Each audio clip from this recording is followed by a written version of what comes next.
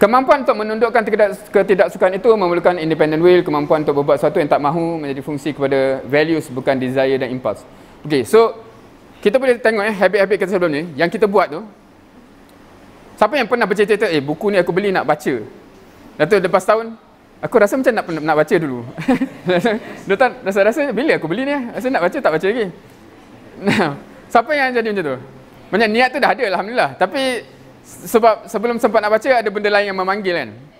Ada benda lain yang macam ini pun aku tak sempat buat lagi dan begitu kan. So dia jadi macam kalau habit ni dia menyebabkan orang tu macam apa yang bagi value kat aku. Macam tu kan.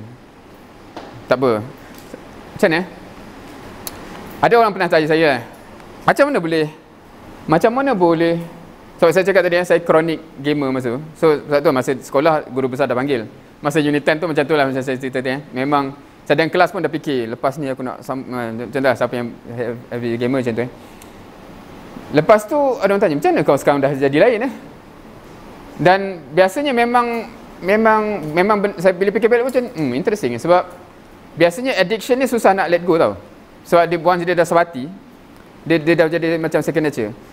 The only way yang saya boleh cakap kenapa saya boleh tinggal benda tu bukan sebab saya tinggalkan dia. Sebab saya rasa kalau sekarang pun saya nak tinggalkan benda tu amat susah. Tinggal tu faham kan? Macam dia depan kan, jom lah. Memang saya akan fail. The only reason kenapa saya dah tahu tu ialah sebab ada benda lain yang lebih macam saya dah tertarik dengan benda yang lebih valuable. Sehingga bila dia tarik, yang ni tarik pun saya dah tak ada dengar. Faham? Maknanya benda yang macam ni cakap boleh faham ke logik tu? Ada new addiction lah in that sense maknanya bila dakwah ni jadi kita punya addiction, kita dah lupa dah benda lain tu kan. So that's the only way saya rasa boleh overcome. So kalau you masih macam lupakan dia susah lupa. Dia kena macam menarik ke sini. You kena cari benda yang menarik yang lebih baik lah. So naturally begitu